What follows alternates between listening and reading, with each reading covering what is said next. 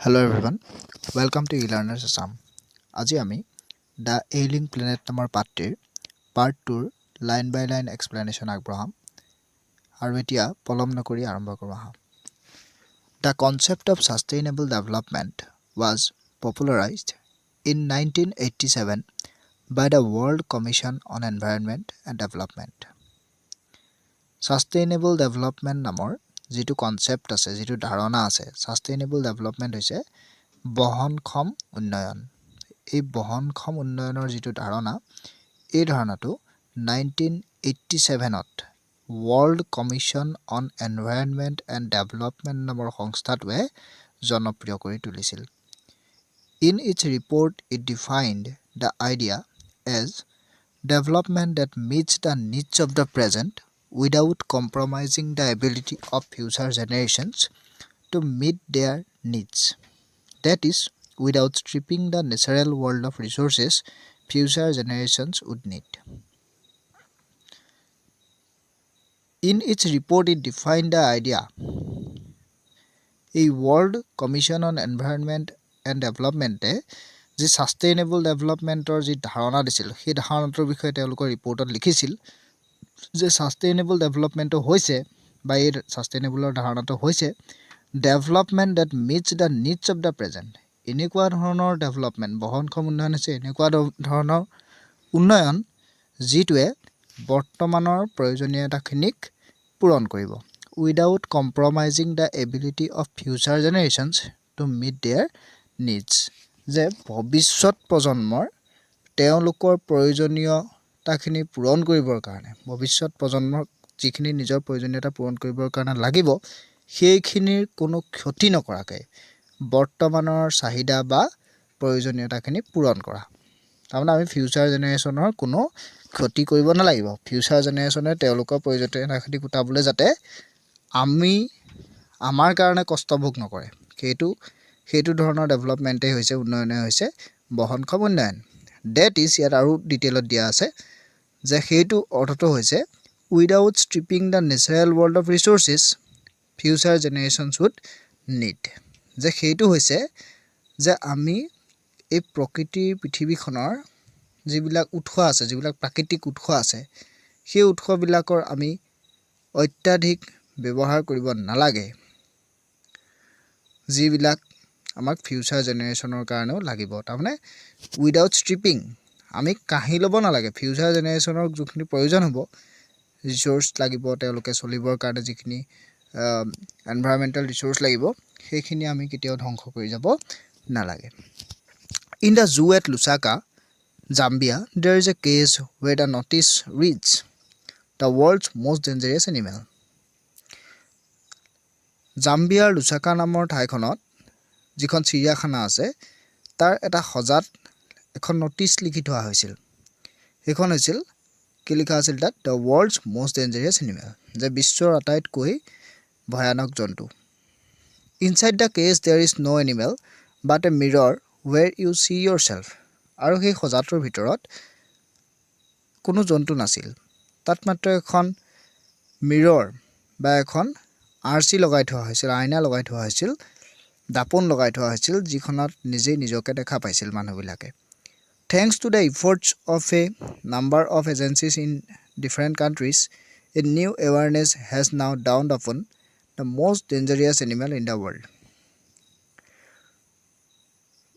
লেখকে হে তেনেকুৱা বিলাক সংস্থাক এজেন্সিক বেলেগ দেশৰ তেনেকুৱা এজেন্সি বিলাকক এই চিৰিয়াখানাৰ দৰে বা অন্য এজেন্সি বিলাকক ধন্যবাদ জনাইছে যে তেওঁলোকে পৃথিৱীৰ ইমান ভয়ানক জন্তুটোৰ ওপৰত কিছুমান সজাগতাৰ সৃষ্টি কৰিছে ইয়াত মানে সেই সজাটোৰ ভিতৰত যে কোনো ধৰণৰ জন্তু নাছিল তাত এখন গ্লাছ আছিল মিৰৰ আছিল যিখনত নিজৰ ছবিটোকে ৰিফ্লেক্ট হয় সেইখনে এটোৱে বুজাইছে যে যোনজন দৰ্শকে সেই সজাটোৰ ভিতৰত জুমি চাব তেওঁ নিজৰ প্ৰতিবিম্ব দেখা পাব আৰু সেইজনে হৈছে সেই প্ৰতিবিম্বটোৱে হৈছে বা তেওঁ নিজেই হৈছে পৃথিৱীৰ আটাইতকৈ ডেঞ্জাৰিয়াছ জন্তু He has realized the wisdom of shifting from system based on domination to one based on partnership. এটা মানুহবিলাকে বুজি পাইছে realize the wisdom of বুজি পাইছে যে আমি সেই ডমিনেশ্যনৰ ছিষ্টেমটোৰ পৰা বেলেগক দমন কৰি ৰখাৰ ছিষ্টেমটোৰ পৰা জীৱ জন্তু বা অন্যান্য বস্তুক পৃথিৱীখনৰ অন্যান্য বস্তুখিনিক দমন কৰি ৰখাৰ ছিষ্টেমটোৰ পৰা আমি এটা পাৰ্টনাৰশ্বিপ মানে একেলগে মিলিজুলি কাম কৰাৰ সেই ধাৰণাটোলৈ আমি নিজে নিজকে শ্বিফ্ট কৰিবৰ প্ৰয়োজন হৈ পৰিছে। আমি ডমিনেশ্যন কৰি থাকিলে নহ'ব, মানুহে বাকী জীৱ জন্তু গছ গছনি বা অন্যান্য প্ৰাকৃতিক বস্তুৰ ওপৰত নিজৰ অকল অধিকাৰ আধিপত্য বিস্তাৰ কৰি থাকিলে নহ'ব, আমি পৃথিৱীত সকলো মিলিজুলি জীয়াই থাকিব লাগিব। Next paragraph.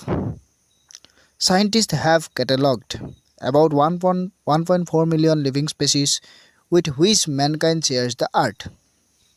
চাইণ্টিষ্টবিলাকে তালিকা প্ৰস্তুত কৰিছে প্ৰায় 1.4 মিলিয়ন জীৱ জন্তুৰ, যিবিলাকৰ লগত মানুহে এই পৃথিৱীখনত একেলগে বাস কৰে।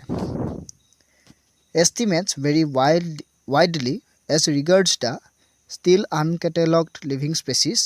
Biologists reckon that about 3 to 100 million other living species still languish unnamed in ignominious darkness. আৰু তেওঁলোকে এটা এষ্টিমেট কৰিছে, এটা ডাঙৰ বহলীয়াকৈ তেওঁলোকে এষ্টিমেট কৰিছে যোনবিলাক স্পেচিছৰ এতিয়ালৈকে কোনো ধৰণৰ কেটেলগিং হোৱা নাই, যিবিলাকৰ এতিয়ালৈকে লিষ্ট প্ৰস্তুত হোৱা নাই, সেইটো তেওঁলোকে অনুমান কৰিছে। কি অনুমান কৰিছে? যোনখিনিৰ লিষ্ট প্ৰস্তুত হোৱা নাই, যোনখিনি আজিলৈকে চাইণ্টিষ্টে লিষ্টেড কৰা নাই, তেনেকুৱা এনিমেলছবিলাকৰ এটা এষ্টিমেট কৰিছে।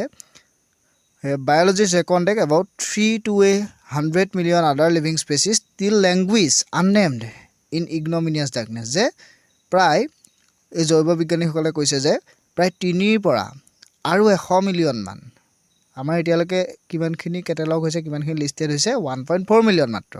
আৰু কিন্তু চাইণ্টিষ্টবিলাকে বা বায়'লজিষ্টবিলাকে ক'ব খোজে যে প্ৰায় 3 পৰা 100 মিলিয়ন মান আৰু জীৱ জন্তু বা জীৱিত বস্তু এতিয়ালৈকে অজ্ঞানতাৰ আন্ধাৰত নামবিহীনভাৱে লুকাই আছে। ষ্টিল লেংগুৱেজ আননেমড, এতিয়ালৈকে কোনো তেওঁলোকক অচিনাক্তভাৱে লুকাই আছে। ইন ইগনমিনিয়াছ ডাৰ্কনেছ, অজ্ঞানতাৰ আন্ধাৰৰ ফলত আমি সেইবিলাকৰ বিষয়ে এতিয়াও জ্ঞাত নহয়। আৰু তেনেকুৱা জীৱিত বস্তুৰ সংখ্যা কিমান হ'ব পাৰে বুলি কৈছে? 3 মিলিয়নৰ পৰা 100 মিলিয়নৰ ভিতৰত। One of the early international commissions which dealt inter alia with the question of ecology and environment was the Brundtland Commission, which had a distinguished Indian as one of its members, Mr. L.K. Jha. এতিয়া এখন এনেকুৱা আন্তঃৰাষ্ট্ৰীয় এখন সংস্থা আছে, যিটো সংস্থাই এই ইক'লজি আৰু এনভাইৰনমেণ্টৰ বিষয়ে প্ৰশ্ন উত্থাপিত কৰিছিল। হুইচ ডেল্ট ইণ্টাৰ এলিয়া, মানে বিভিন্ন বিষয়ৰ মাজত এই বিষয়টো উত্থাপন কৰিছিল। With the question of ecology and environment, এই পৃথিৱীত যিমানবিলাক সংস্থা আছে যিবিলাকে প্ৰথম অৱস্থাত ইক'লজি বা এনভাইৰনমেণ্টৰ ওপৰত, পৰিস্থিতিতন্ত্ৰ বা পৰিৱেশৰ ওপৰত প্ৰশ্ন তুলিছিল, তাৰ ভিতৰৰ এখন তেনেকুৱা কমিশ্যন হৈছে Brundtland commission, which had a distinguished Indian as one of his members, mister L K Jha. আৰু সেই ব্ৰাণ্ড কমিশ্যনতে এজন প্ৰখ্যাত ভাৰতীয় আছিল, তাৰ সদস্য হিচাপে আছিল, আৰু তেওঁৰ নাম হৈছে, সেই ভাৰতীয়জনৰ নাম হৈছে mister L K Jha. The first brand report raise the question, আৰু এই ব্ৰাণ্ড কমিশ্যনৰ যিটো প্ৰথম ব্ৰাণ্ড ৰিপৰ্ট ওলাইছিল, সেইটোৱে এটা প্ৰশ্নৰ উত্থাপন কৰিছিল।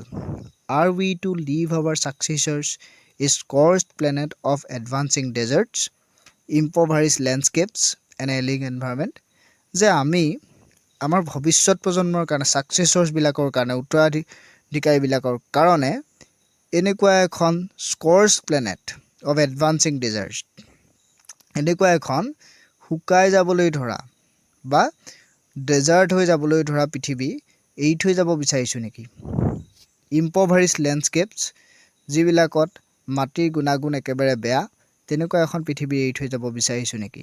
এণ্ড এইলিং এনভাইৰনমেণ্ট, আৰু এটা বেমাৰী পৰিৱেশ এৰি থৈ যাব বিচাৰিছোঁ নেকি? এইটো কুৱেশ্যন তেওঁলোকে সেই ব্ৰাণ্ড কমিশ্যনৰ ৰিপৰ্টত তোলা হৈছিল।